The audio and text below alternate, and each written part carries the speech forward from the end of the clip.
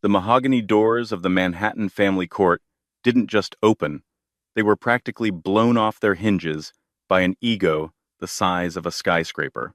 In walked Silas Sterling, a man who thought he owned the world, gripping the hand of his 24-year-old mistress, Tiffany, who was dressed more for a red carpet than a divorce hearing. Silas was laughing, already celebrating a victory he hadn't won yet. He looked at his wife of 30 years, sitting alone in the corner, and saw nothing but a ghost. But he forgot one thing. Ghosts are the ones who know where the bodies are buried. And in 10 minutes, that quiet woman in the gray cardigan wouldn't just take his money, she was going to take his name. You think you know how this ends? You have no idea. The air inside the courtroom of the Honorable Judge Harrison Blackwood was stale, smelling of floor wax and the nervous sweat of ruined fortunes. But Silas Sterling didn't smell the desperation. He smelled only his own bespoke cologne, a scent called Imperial that retailed for $600 an ounce. Silas adjusted the cuffs of his navy Brioni suit. He was 58, silver-haired, tanned from a week in street barts, and possessed the kind of teeth that were too white to be found in nature. He didn't sit. He sprawled. He checked his Patek Philippe watch, making a show of being bored. "Arthur," Silas boomed, his voice echoing disrespectfully off the high ceilings. "How long is this going to take? Tiffany has a fitting at Vera Wang at 2. We're on a schedule." Arthur Pendleton, Silas's lawyer, a man known in legal circles as the Mako for his tendency to chew up opposing counsel, sighed, tapping a gold pen against his yellow legal pad. "It will take as long as it takes for them to sign the surrender, Silas. Keep your voice down. Judge Blackwood is a stickler for decorum." Silas snorted, leaning back and draping an arm around the back of the bench, his fingers brushing against the bare shoulder of Tiffany Dubois. Tiffany was a vision of chaotic luxury. She was wearing a canary yellow dress that was tight enough to cut off circulation, coupled with a hat that looked like a satellite dish made of feathers. She was scrolling through Instagram on her phone, her acrylic nails clicking loudly against the screen. "Babe," Tiffany whispered, popping a piece of gum. "Are we getting the beach house? You promised I could redecorate the beach house. The beige is so depressing." "You're getting the beach house, the penthouse, and the Aspen Lodge," Silas assured her, loud enough for the entire room to hear. He cast a sneering glance across the aisle. "It's not like she uses them." Across the aisle sat Eleanor. If Silas was a peacock, Eleanor Sterling was a shadow. She wore a charcoal gray suit that was at least 5 years old, sensible black heels, and no jewelry, other than a simple gold band on her right hand.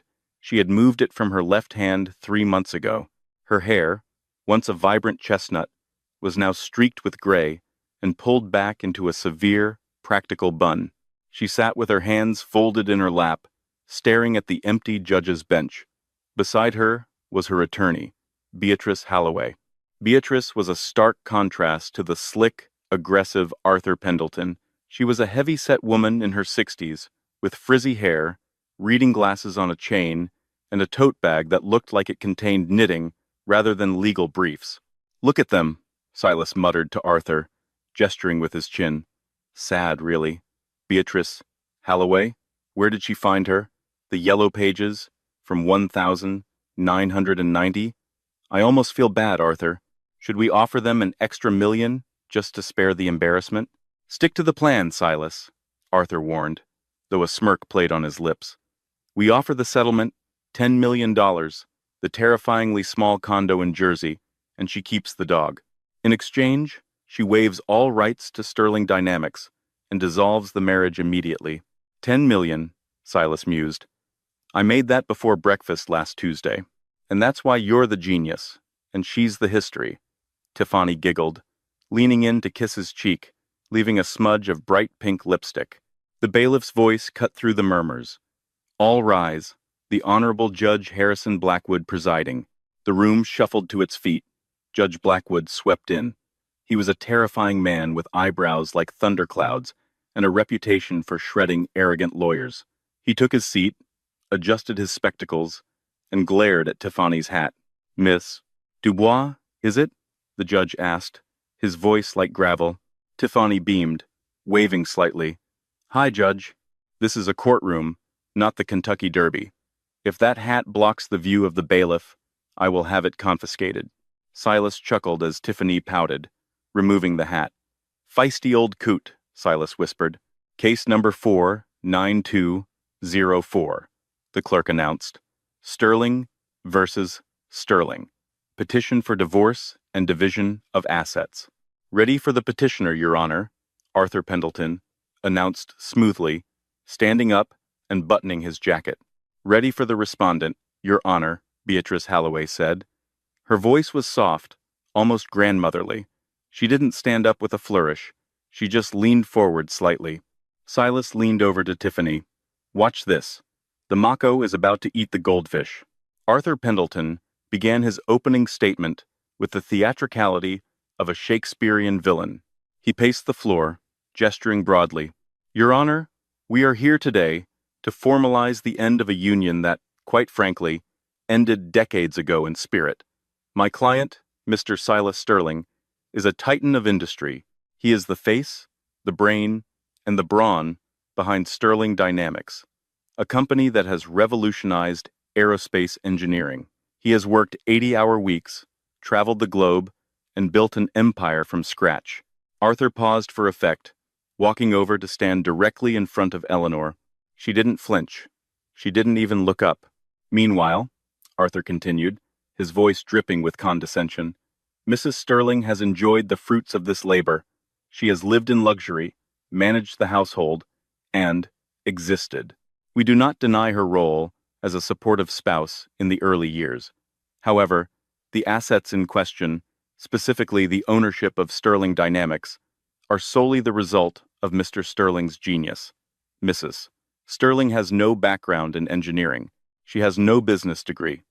She has spent the last 20 years gardening and attending charity luncheons." Silas nodded vigorously from his seat. "Gardening," he thought. "That's all she ever did. While I was closing deals in Tokyo, she was pruning roses. Therefore," Arthur concluded, "we propose that the prenuptial agreement, signed 30 years ago, be upheld. While the original physical copy was, unfortunately, lost in a flood at the firm's archives, we have a sworn affidavit regarding its contents. A lump sum payment, separation of business assets.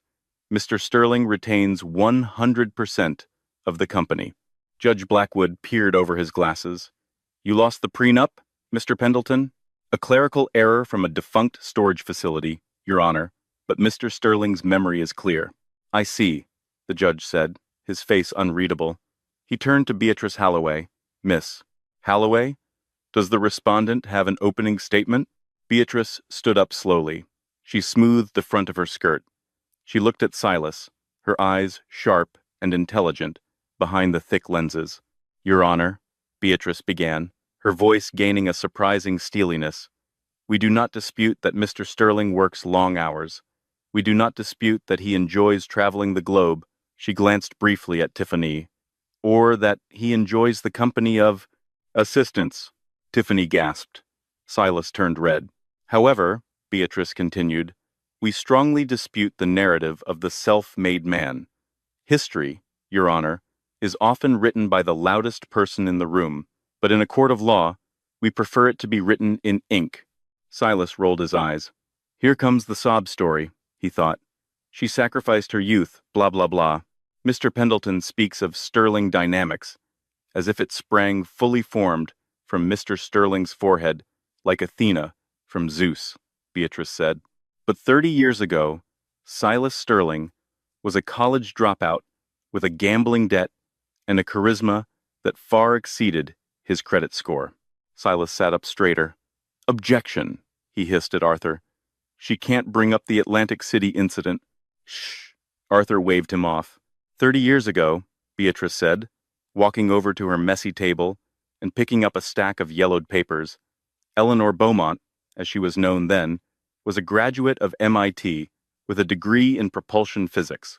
She had an inheritance from her grandfather. Mr. Sterling had an idea, a sketch on a napkin, and he had no money to build it." Silas felt a prickle of irritation. He hated being reminded of the early days. He hated remembering the tiny apartment in Queens, the way he had to beg Eleanor to liquidate her trust fund to buy the first prototype parts. But that was ancient history. He had paid her back 1,000 times over, in diamonds and furs. "We are not asking for a settlement, Your Honor," Beatrice said, dropping the bombshell with a casual tone that made it even more devastating. "We are not asking for $10 million. We are not asking for the beach house." Silas frowned. "What is she doing? Is she crazy?" "We are asking," Beatrice said, looking directly at Silas, "for the enforcement of the original Articles of Incorporation." "Articles of Incorporation?" Judge Blackwood asked, intrigued. "I thought this was a divorce hearing, Miss Halloway." "It is, Your Honor. But in order to divide the assets, we must establish whose assets they actually are. Mr. Sterling believes he is the owner of Sterling Dynamics. He has certainly acted like it. He walks into the boardroom, he signs the press releases, he takes the credit." Beatrice walked to the witness stand and placed a thick, leather-bound binder on the ledge. "But if the court will indulge me, I would like to call my first and only witness, not Mrs. Sterling, but Mr. Silas Sterling." Silas smirked. "Perfect," he thought. "I'll charm the judge, humiliate this librarian of a lawyer, and be at lunch by 1. He stood up, buttoning his jacket again. He winked at Tiffany. "Watch the master work," he whispered. He strode to the stand, placed his hand on the Bible, and swore to tell the truth. He sat down, crossing his legs, looking like he was posing for the cover of Forbes. "Mr. Sterling," Beatrice said, approaching the stand. She didn't look intimidated. She looked amused. "You are the CEO of Sterling Dynamics?" "Founder and CEO, yes," Silas corrected, projecting his voice. "And you built this company from nothing?" "I did. Blood, sweat, and tears." "And your wife? What was her role?" Silas chuckled, a condescending sound that grated on the ears. "Eleanor? She's a wonderful woman, really. Great at hosting dinner parties. But business? No, she doesn't have the head for it. She's soft, risk-averse. I tried to explain the quarterly reports to her once, and she fell asleep." Tiffany giggled from the back. The judge banged his gavel. Silence in the gallery. "So," Beatrice continued, "she has no ownership stake?" "None," Silas said firmly. "Like my lawyer said, the prenup kept everything separate. The company is mine, always has been." Beatrice nodded slowly. She reached into her tote bag. The tension in the room shifted. It wasn't the frenetic energy of Silas. It was the heavy, suffocating pressure of a trap snapping shut. "Mr. Sterling, you mentioned the prenup was lost." "A tragedy," Silas said insincerely. "Yes. However," Beatrice pulled out a document encased in a plastic sleeve. It was old. The edges were fraying. "Mrs. Sterling is very organized. She keeps everything, including the document you signed on October 14th, 1995, the day Sterling Dynamics was officially registered." Silas squinted. He didn't remember signing anything special that day, other than the standard forms. "I'd like to enter this into evidence as Exhibit A," Beatrice said, handing it to the bailiff, who handed it to the judge. Judge Blackwood opened the file. He adjusted his glasses. He read the first page. Then he stopped. He looked up at Silas, then back at the paper. He turned the page. His eyebrows rose higher than they had all morning. "Mr. Sterling," the judge said, his voice dropping an octave, "are you aware of the content of this document? It's probably just standard incorporation papers, Your Honor. I'm listed as the president." "You are listed as the appointed president," the judge corrected. "Reporting to the board." "The board is me," Silas laughed. "I'm the chairman. Not according to this," Beatrice cut in. "Mr. Sterling, would you please read paragraph 4, subsection C, out loud for the court?" The bailiff handed the document to Silas. Silas took it with a scoff. He held it at arm's length. "The ownership of the entity known as Sterling Dynamics." Silas started reading, his voice strong. Then he paused. He blinked. He read the next line silently. His face went from tan to a pale, sickly gray. "Read it, Mr. Sterling," Judge Blackwood commanded. Silas swallowed. His throat clicked. The ownership is held in the Eleanor Vance Trust, of which Eleanor Vance, now Sterling, is the sole beneficiary and trustee. The position of CEO is a contract role, subject to renewal or termination by the trustee at any time. The silence in the courtroom was absolute. You could hear the hum of the air conditioning. You could hear Tiffany chewing her gum. "Keep reading," Beatrice said softly. "The part about the intellectual property." Silas's hands started to shake. "All patents, designs, and future intellectual property developed under the banner of Sterling Dynamics remain the sole property of the founder, Eleanor Vance." Silas looked up, his eyes wild. He looked at Arthur, who was frantically shuffling through his own papers, looking terrified. He looked at Tiffany, who was applying lip gloss, unaware that her meal ticket had just bounced. Then, for the first time in 20 years, Silas Sterling actually looked at his wife. Eleanor hadn't moved.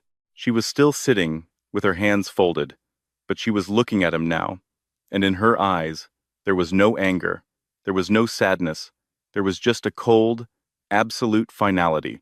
That's a forgery," Silas stammered. "This is a trick?" "It is notarized," Beatrice said. "And look at the signature at the bottom, Mr. Sterling. Is that not your signature?" Silas looked. It was his signature. The flamboyant loops, the aggressive slash of the says. He remembered now. He remembered that night. He had been so desperate for her money to start the company, so sure that he could just talk her into changing it later, or that she would never actually exercise control. He had signed it because he thought she was weak. He thought she was just a stepping stone. "Mr. Sterling," Judge Blackwood said, his voice booming like a gavel strike, "it appears you have strutted into my courtroom, claiming to own an empire that belongs to the woman you are trying to discard with a pittance." "Wait." Silas stood up, knocking the chair back. "She's a housewife. She can't run a billion-dollar company. The stock will tank. The investors will revolt." "Actually," Beatrice interrupted, "Mrs. Sterling has been writing the quarterly strategy reports for the last 15 years. You know, the ones you claimed she fell asleep listening to? She wrote them. You just signed them." A collective gasp went through the courtroom. Silas felt the room spinning. The arrogance was leaking out of him like air from a punctured tire. "We are not asking for half, Your Honor," Beatrice said, turning back to the judge. "Since Mr. Sterling wishes to divorce, Mrs. Sterling is happy to grant it, but she will be retaining her assets, all of them, including the company, and as the trustee, she has a motion regarding Mr. Sterling's employment." Silas gripped the railing of the witness stand. "You can't do this to me," he whispered. "I am Silas Sterling." Eleanor finally spoke. Her voice was quiet, raspy from disuse, but clear as a bell. "You are Silas Sterling," she said. "But the company is mine." The silence in Judge Blackwood's courtroom was broken only by the frantic scratching of the court reporter's stylus. She was typing faster than she ever had in her life.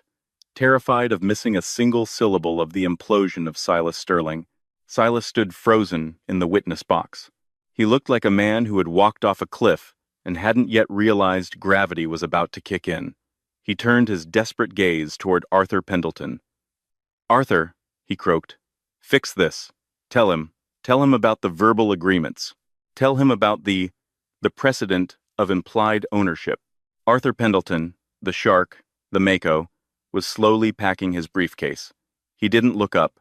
"Silas," Arthur said, his voice devoid of its usual bluster, "there is no precedent that overrides a notarized, signed, and incorporated founding charter. You appointed her trustee, you made her the owner, you work for her." "I pay your retainer," Silas roared, slamming his hand on the railing. "You work for me." Arthur finally looked up. His eyes were cold. "Actually, the checks come from the Sterling Dynamics corporate account, which, if I understand Miss Halloway correctly, is now under the direct control of Mrs. Sterling. So, technically," Arthur glanced at Eleanor, offering a weak, ingratiating smile, "I believe I am currently working pro bono until Mrs. Sterling authorizes my billable hours, which, given my opening statement, seems unlikely." Eleanor didn't smile back. She simply nodded to the judge.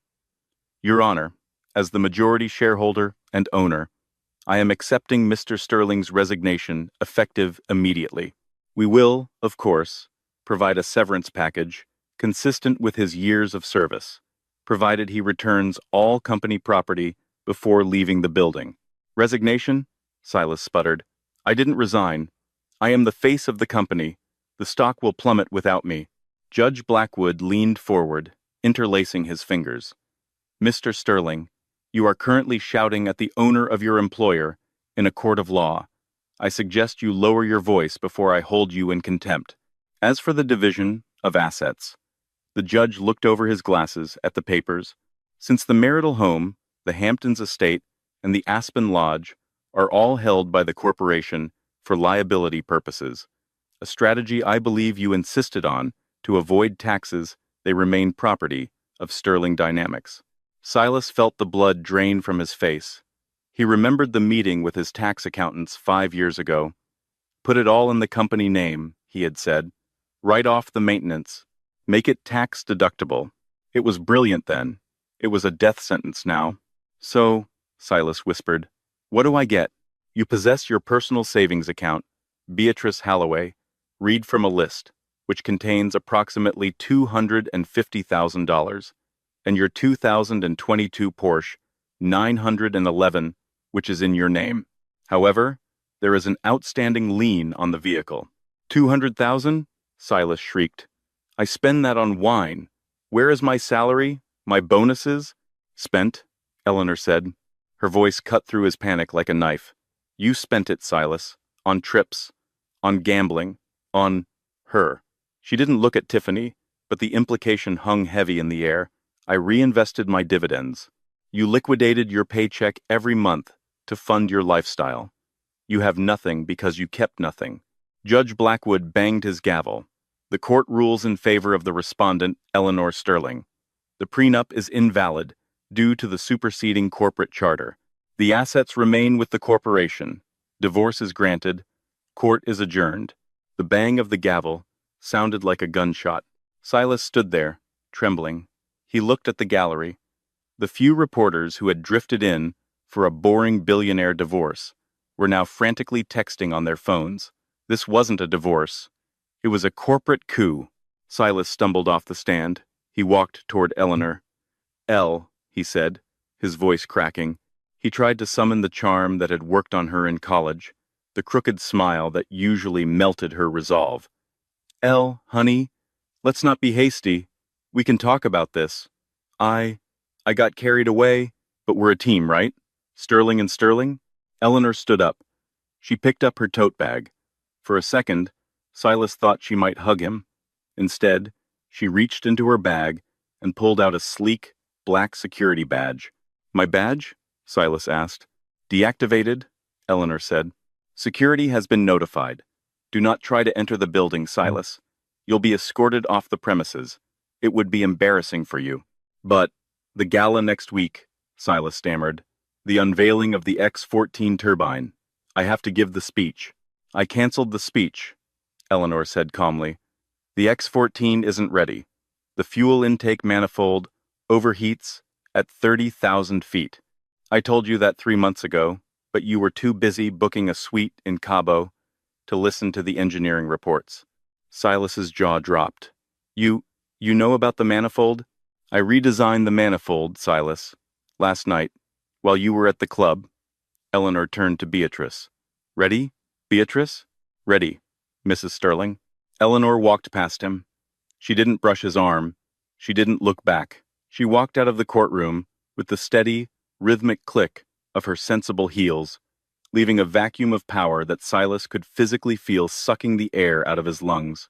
The walk from the courtroom to the front steps of the courthouse felt like a funeral march, except the corpse was walking and wearing a $6,000 suit. Silas pushed through the heavy doors, squinting into the sunlight. Tiffany was trailing behind him, struggling to keep up in her Louboutins. She had been uncharacteristically quiet since the gavel fell. Babe? Tiffany asked, grabbing his arm as they reached the top of the concrete stairs. What just happened? What did the judge mean about the house? We're still going to the Hamptons this weekend, right? I already posted about it. Silas whipped around, his face flushed with a mixture of rage and humiliation. Not now, Tiffany. Don't yell at me, she snapped, her voice losing its baby doll sweetness. I didn't lose the company. You did. You told me you were the king of New York. I am the king of New York, Silas lied, trying to straighten his tie, though his hands were shaking. This is just a legal hiccup, a maneuver. It's chess, Tiffany. She thinks she's won a pawn, but I'm going to take the queen. I'll appeal, I'll sue. I'll bury her in paperwork. He scanned the street. Usually, his driver, Big Mike, would be double parked right in front, the back door, of the black Mercedes Maybach, open and waiting. The Maybach was there. Big Mike was leaning against the hood, arms crossed over his massive chest. He was wearing his driver's cap and sunglasses. Thank God, Silas muttered. Come on, we need to get to the club. I need a drink and a phone. Silas marched down the stairs, Tiffany clicking behind him. He reached the car and grabbed the handle of the rear door. It was locked. Silas frowned. He pulled again. Locked. He rapped on the window. Mike, open the door. Let's go. Big Mike didn't move. He slowly took off his sunglasses. He looked at Silas with an expression of pure, unadulterated indifference. Unlock the door, Mike, Silas barked. Are you deaf? Can't do that, Mr. Sterling, Mike rumbled. His voice was deep, like a subterranean train. What do you mean you can't? You work for me. Correction, Mike said, pulling a smartphone out of his pocket and checking a message. I work for Sterling Dynamics, Transportation Division. He turned the screen toward Silas. It was a text message. Sender, Mrs. Sterling, boss. Message, asset #40 Maybach, to be returned to garage immediately. Unauthorized passengers, Silas Sterling, Tiffany Dubois. Do not transport. She texted you? Silas gasped. She called me 10 minutes ago, Mike said. He put the sunglasses back on. Mrs. Sterling is a nice lady. She remembers my daughter's birthday. Sent her a laptop for college. You? You've never even asked my last name. I'll give you $1,000 cash right now to drive us to Fifth Avenue, Silas said, patting his pockets. He froze. His wallet was in his other jacket, the one currently hanging in the CEO suite he was barred from. Mike smirked. Looks like you're light, Silas. Besides, I value my pension. At that moment, the doors of the courthouse opened again. Eleanor emerged, flanked by Beatrice. Big Mike immediately straightened up. He walked around the car, opened the back door with a flourish, and bowed slightly. Mrs. Sterling, Mike said warmly. Ready to head to the office? Eleanor paused on the stairs. She looked down at Silas, who was standing on the curb like a jilted teenager. Then she looked at the car. Thank you, Mike, Eleanor said. She descended the stairs with grace. Silas stepped in her path. Eleanor, don't do this. Not in front of the staff. Let me get a ride at least. It's humiliating. Eleanor looked at him, confused. Humiliating? Silas, you brought your mistress to our divorce hearing. You tried to leave me with nothing but a condo in Jersey. And you're worried about your humiliation? She stepped around him. She got into the back seat of the Maybach. Beatrice followed. Wait, Tiffany yelled, stepping forward. What about me? I can't take the subway. I'm wearing suede. Eleanor leaned forward as the window rolled up. There's a bus stop on the corner, dear. I hear the M15 is very reliable. The window sealed shut. The Maybach purred to life and pulled away, merging seamlessly into the Manhattan traffic, leaving Silas and Tiffany standing in a cloud of exhaust. Silas coughed, waving his hand. He turned to Tiffany, forcing a smile. Okay. Minor setback. We'll grab a taxi. We'll go to the penthouse. I have cash. In the safe there. Tiffany was looking at her phone. She was scrolling through Twitter. Number Billionaire bust is trending, she said flatly. Page 6 just tweeted, Silas Sterling ousted. Wife revealed as secret genius behind tech empire. They have a picture of you looking panicked on the stand. Fake news, Silas waved his hand. Listen, Tiffany, I need you to be strong. We're going to fight this. But I might need to borrow your credit card for the hotel, just for tonight, until I access my offshore accounts. Tiffany slowly lowered her phone. She looked at Silas. Really looked at him. She saw the wrinkles around his eyes that the expensive facials couldn't hide. She saw the slight paunch beneath the tailored suit. She saw a 58-year-old man with no job, no car, and apparently no money. Without the aura of billions, Silas Sterling wasn't a titan. He was just old. My credit card? Tiffany laughed. It was a harsh, ugly sound. Silas, my credit card has a limit of 5,000. That won't even cover the champagne you drink at dinner. We'll budget. We'll make it work, Silas pleaded, reaching for her hand. Tiffany recoiled as if he were radioactive. Budget? Budget? Silas, I didn't sign up for a budget. I didn't sign up for supporting you through a hard time. I signed up for the beach house and the black card. But I thought you loved me, Silas said, and for the first time, he sounded genuinely pathetic. You said I was your soulmate. I loved the lifestyle, Silas, Tiffany spat. She flagged down a yellow cab that was passing by. And frankly, without the billions, you're kind of exhausting. The cab screeched to a halt. Tiffany opened the door. Where are you going? Silas cried. I'm going to Vance's party, she said, sliding into the cab. Vance was Silas's biggest competitor in the aerospace industry, a man Silas hated with a passion. I hear he just got a government contract, and he's single. Tiffany, you can't. Watch me, she said. She slammed the door. The taxi sped off. Silas Sterling stood alone on the curb of the Manhattan family court. The wind picked up, blowing a discarded newspaper against his leg. He reached down and peeled it off. It was the financial section. His face was on the cover from a week ago, under the headline, Untouchable. He looked around. No driver, no mistress, no lawyer, no wife. He checked his pockets. He had a gold money clip with no cash, a packet of mints, and a phone with 12% battery. He sat down on the dirty steps of the courthouse and put his head in his hands. But the universe wasn't done with him yet. His phone buzzed. He looked at the screen. It was a notification from his bank. Alert. Automatic payment for penthouse mortgage failed. Insufficient funds. Please contact your branch immediately. Silas laughed. It was a manic, broken sound. He looked up at the sky. Well, he whispered to no one, I guess I'm walking. Silas Sterling did not walk to the headquarters of Sterling Dynamics. He stormed there, fueled by an adrenaline cocktail of panic and delusion. The 40-block walk had blistered his heels inside the Italian leather loafers, and the wind had whipped his silver hair into a frenzy. But in his mind, he was still the emperor, returning to quell a rebellion. He stood before the glass and steel monolith that was the Sterling building. It pierced the Manhattan skyline, a testament to his ego. He looked at the revolving doors. My doors, he thought. My building. My name is right there in 10-foot chrome letters. He pushed through the doors, expecting the usual flurry of activity. Receptionists straightening up, junior executives nodding respectfully. Instead, the lobby was quiet. Too quiet. He marched toward the security turnstiles. Sitting behind the desk was a man Silas had passed every day for 12 years. Silas knew him as the guard. He had never bothered to learn his name. Open the gate, Silas commanded, not breaking stride.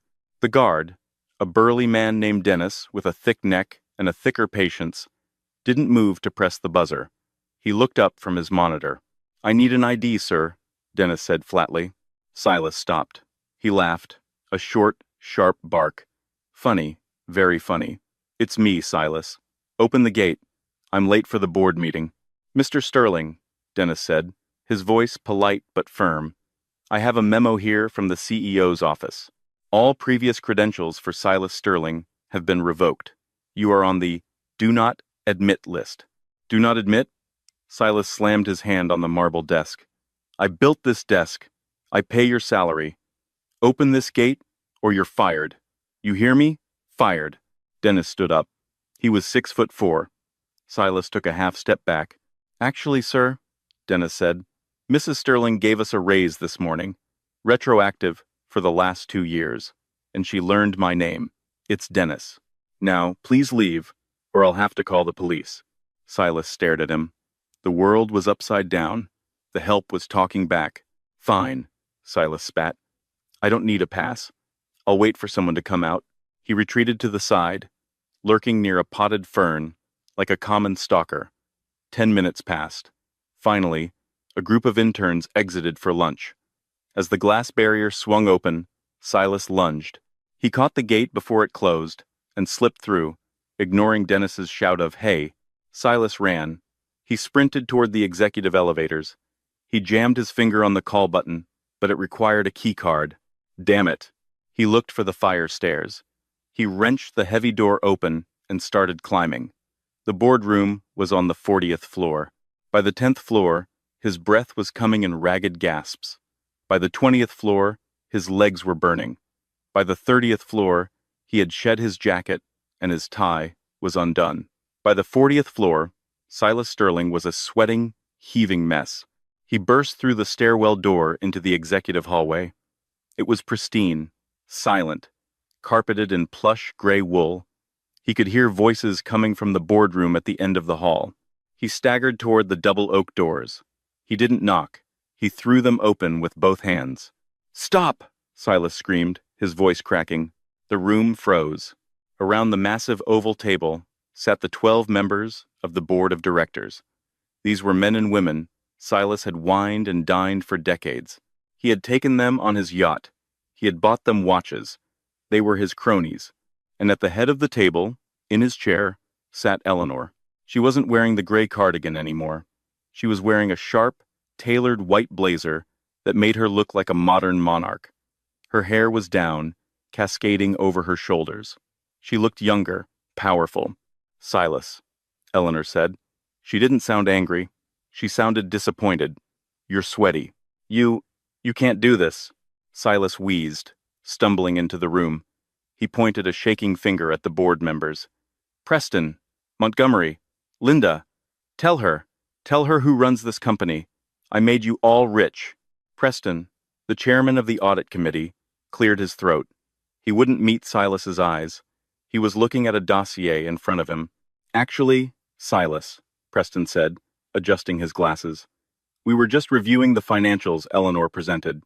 Specifically, the R&D consultation fees you've been paying to a shell company in the Caymans." Silas froze. That's confidential strategy. It's embezzlement," Linda, the head of HR, said sharply. $3 million last year alone, funneled into an account linked to Tiffany Dubois. "And then there's the matter of the X-14 turbine," Montgomery added. "You told us the prototype was flawless. You projected record profits. Eleanor just showed us the test results.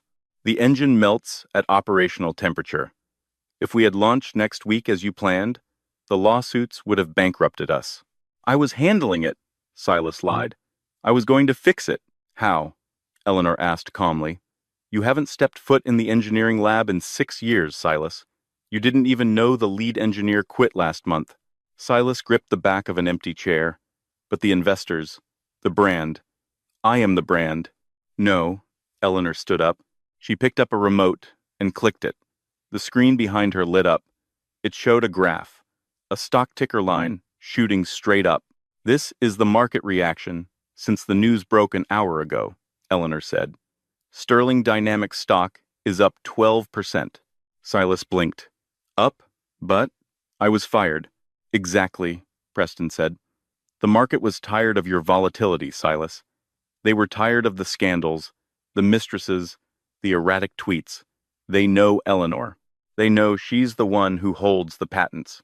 They see stability. They see competence." "You're a liability, Silas," Linda said, closing her folder. "A relic." Silas looked around the table. He saw no sympathy. He saw only the cold calculation of business. He had taught them well. He had taught them to value profit over everything. And now, he was the bad investment. "Eleanor," Silas pleaded, his voice breaking, "please. I built this place. Don't kick me out. I'll take a consultant role. I'll take a pay cut. I'll sit in the basement. Just don't take my company." Eleanor looked at him. For a moment, her eyes softened. She remembered the man he used to be, the dreamer who sat on the floor of their apartment eating takeout and talking about reaching the stars. "I'm not taking your company, Silas," she said softly. "I'm saving my company from you." She pressed a button on the intercom. "Dennis? He's in the boardroom." 2 seconds later, the doors opened. Dennis, the security guard, walked in, flanked by 2 police officers. "Mr. Sterling," Dennis said, not unkindly. "Time to go." "No," Silas whispered. "No." He tried to grab the table, but his strength was gone.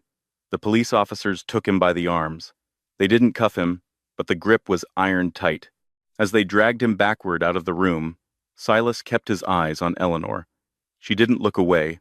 She watched him go, a silent witness to his exit. The last thing he saw before the doors closed was Eleanor turning back to the board. "Now," she said, her voice clear and commanding, "let's discuss the new fuel intake manifold. I have some ideas." They escorted him out the back service entrance, depositing him in an alleyway filled with dumpsters. It was a final indignity. The king of aerospace, thrown out with the recycling. Silas stumbled out onto the street. It was late afternoon now. The shadows were long and cold. He was in Midtown, surrounded by the rush hour crush. Thousands of people were streaming past him, faces glued to phones, intent on getting home. Home. The word echoed in Silas's mind. Where is home? He patted his pockets again. No wallet, no phone. He had dropped it in the stairwell during his climb. He had nothing but the clothes on his back. A bespoke suit stained with sweat, a shirt with a torn collar, and shoes that were currently shredding his feet. He started walking north. Instinct took over. He would go to the penthouse on Park Avenue. Maybe Tiffany was there. Maybe she had cooled off. Maybe the doorman, Henri, would let him in. Henri liked him. He tipped Henri at Christmas. The walk was a nightmare.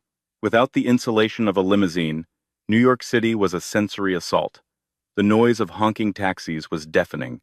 The smell of exhaust and garbage made him nauseous. People bumped into him, cursing him for walking too slow. "Watch it, Grandpa." A teenager on a skateboard yelled, swerving around him. "Grandpa," Silas thought. "I'm 58. I'm in my prime." But he caught his reflection in a shop window. He didn't look like a titan. He looked like a madman. His hair was wild, his eyes bloodshot, his face gray with exhaustion. He reached the penthouse building an hour later. It was a limestone fortress of exclusivity. He walked up to the gold-trimmed doors. Henri was there, standing guard in his uniform. "Henri," Silas gasped, leaning against a pillar. "Thank God. Let me in. I need a drink." Henri didn't open the door. He stood behind the glass, arms crossed. He looked at Silas with a mixture of pity and duty. He shook his head slowly. "Henri!" Silas shouted, banging on the glass. "It's me, Mr. Sterling. Open the damn door." Henri pointed to a small keypad on the wall. He held up a finger, tapped his ear, and shook his head again. Orders. Silas realized the locks had been changed. The codes were wiped. He was locked out of his own life. He slumped against the building. He was thirsty. So incredibly thirsty. He saw a hot dog cart on the corner. The smell of salty pretzels wafted over. His stomach roared. He hadn't eaten since breakfast, a breakfast of caviar and eggs Benedict that felt like a lifetime ago. He walked over to the cart. "Water," he rasped. "Give me a water." The vendor, a gruff man in a beanie, held out a cold bottle. $3. Silas reached into his pocket. He pulled out the lint, the mint wrapper. I don't have cash," Silas said, "but I'm Silas Sterling. You know me. I'll pay you back. I'll send you a check for $1,000. Just give me the water." The vendor looked him up and down. He saw the expensive suit, yes, but he also saw the desperation. In New York, crazy people wore expensive suits all the time. "No cash, no water," the vendor said, putting the bottle back in the ice.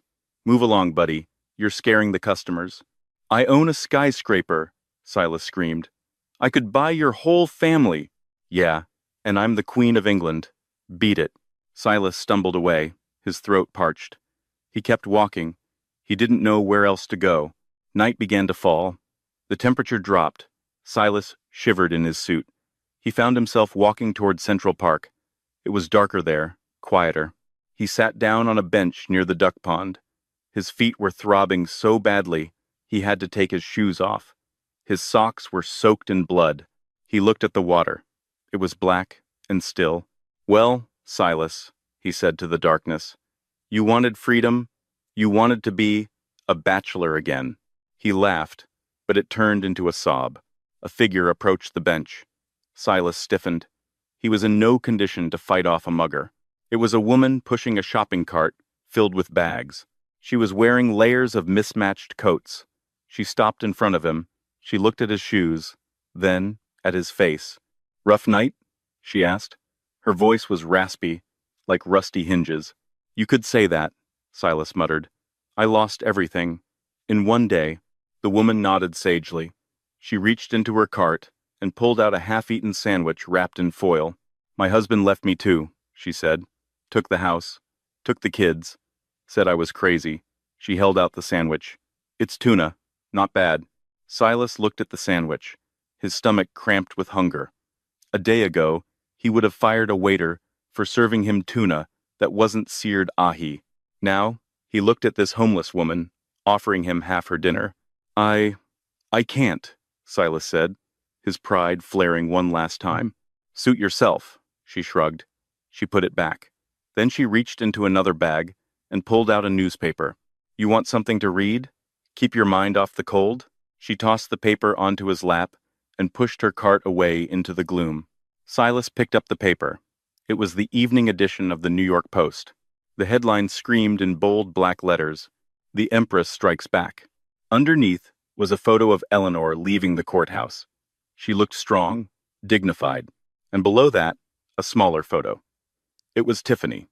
She was hanging on the arm of a man with a comb-over and a bad spray tan. The caption read, "Tiffany Dubois spotted entering Club Vortex with rival CEO Richard Vance. Sources say engagement rumors are already swirling." Silas stared at the page. Vance, his enemy. Tiffany hadn't just left him. She had defected to the competition within hours. He crumpled the newspaper in his fist. He looked up at the skyline, glittering with lights. Somewhere in one of those penthouses, people were drinking champagne. Somewhere, Eleanor was probably sitting in her library, drinking tea, finally at peace. And here sat Silas Sterling, the man who thought he was the sun, realizing he was just a moth who had flown too close to the flame. He lay down on the hard wooden bench, pulled his suit jacket tight around him, and closed his eyes. For the first time in 30 years, Silas Sterling cried, not for his money, not for his company, but because he realized, with terrifying clarity, that nobody was coming to look for him. 5 years later, the bell above the door of Henderson's Hardware jingled, announcing a customer. "Be right with you," a voice called from the back aisle. Silas emerged from behind a rack of PVC pipes. He was wearing a green apron with a name tag that simply read, Silas. His silver hair was thinner now, cut short and practical. The deep tan was gone, replaced by the pallor of a man who spent his days indoors. He wore reading glasses on a chain around his neck, the kind he used to mock Beatrice Halloway for wearing. He wasn't carrying a briefcase. He was carrying a pricing gun. "Can I help you find something?" Silas asked the customer, a young man looking confusedly at a wall of drill bits.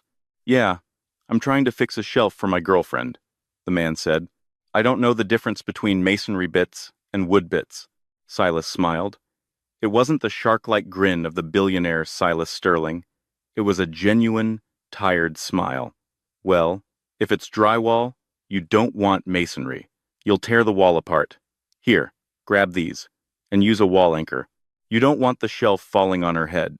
Trust me, keeping the woman in your life happy is worth the extra $2. The young man laughed. "Thanks, man. You really know your stuff." "I've learned a few things the hard way," Silas said softly. He rang up the customer total sale, $14.50, and watched him leave. Silas went back to stocking the shelves. This was his life now. He lived in a studio apartment above the hardware store in a small town in Ohio. He didn't have a car. He walked to work. He didn't have a portfolio. He had a savings jar in his kitchen cabinet. After the long walk home 5 years ago, Silas had hit rock bottom. He had spent a month in a shelter before realizing that no one was coming to save him. The friends, the network, the mistresses, they had evaporated like mist. Tiffany had married Richard Vance, divorced him 6 months later, and was now starring in a reality show about desperate ex-wives. Silas had been forced to do something he hadn't done since he was 20. Get a job, a real one. No one in New York would hire him. He was a laughingstock.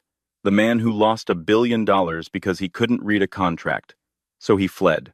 He changed his surroundings. He lowered his expectations. And slowly, painfully, he rebuilt himself as a nobody. And strangely, he slept better now than he ever had on 1000 thread count Egyptian cotton. It was lunch break. Silas walked to the break room and turned on the small, fuzzy television that sat on the fridge. He unwrapped a turkey sandwich. The local news ended, and a national business program came on. The anchor's voice was excited. And now, our feature story. The tech CEO of the year. For the third year running, Sterling Dynamics has shattered earnings expectations with their new eco-propulsion system. We sat down with the woman who started it all, Eleanor Sterling. Silas froze. He stopped chewing. On the screen, Eleanor appeared. She looked magnificent. She had let her gray hair shine through completely now, a silver crown that commanded respect. She was sitting in the office, his old office, but it looked different. The pretentious modern art was gone, replaced by blueprints and models of engines. Mrs. Sterling, the interviewer asked, critics said the company would collapse after the tumultuous restructuring 5 years ago. How did you turn it around? Eleanor smiled. It was the smile Silas used to fall in love with before he decided he loved money more. I didn't turn it around, she said. I just stopped letting the noise drown out the work. We focused on the engineering. We treated our people well. And we stopped trying to be celebrities and started trying to be problem solvers. And what about your personal life? The interviewer pressed. Any regrets about the past? Silas leaned in, his heart hammering against his ribs. Eleanor looked down for a moment, then back at the camera. I regret that I stayed in the shadows for so long. I regret that I let someone else convince me I was small so they could feel big. But I don't regret the ending. Sometimes, you have to burn the house down to see the sunrise. Silas stared at the screen. She didn't mention his name. She didn't insult him. To her, he wasn't a monster anymore. He was just a lesson she had learned. The segment ended. Silas turned off the TV. The door chimes jingled again. Silas! It was Mr. Henderson, the owner. Truck's here. I need help unloading the cement bags. Silas looked at the blank TV screen one last time. In his old life, he would have fired Henderson for daring to ask him to lift a finger. He would have thrown a tantrum. He would have called a lawyer. Silas stood up. He crumpled his sandwich wrapper and tossed it in the trash. He adjusted his apron. Coming, boss, Silas called out. He walked out to the loading dock, into the cold air. He grabbed a 50-pound bag of cement and hoisted it onto his shoulder. It was heavy. It hurt his back. But as he walked it into the store, Silas Sterling realized something. He was carrying his own weight. Finally. So, what is the lesson of Silas Sterling? It's not just that cheaters never prosper because sometimes they do, for a while. The real lesson is about the danger of underestimating the quiet people in your life. Silas thought Eleanor was weak because she was silent.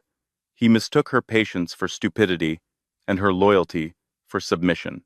He forgot that the person who builds the foundation is the only one who knows how to pull the pin and bring the whole structure down. In the end, Silas lost his fortune, but he gained his humanity. He learned that respect isn't something you buy with a black card. It's something you earn, bag of cement by bag of cement. And Eleanor? She proved that you don't need to shout to be heard. You just need to own the paper the loudmouth is standing on. If you enjoyed this story of karma, betrayal, and justice served cold, please hit that like button. It really helps the channel grow. Do you think Eleanor was too harsh? Or did Silas get exactly what he deserved? Let me know in the comments below. And if you want more dramatic stories about billionaires getting a reality check, make sure to subscribe and ring the bell so you never miss an upload. Thanks for watching, and I'll see you in the next story.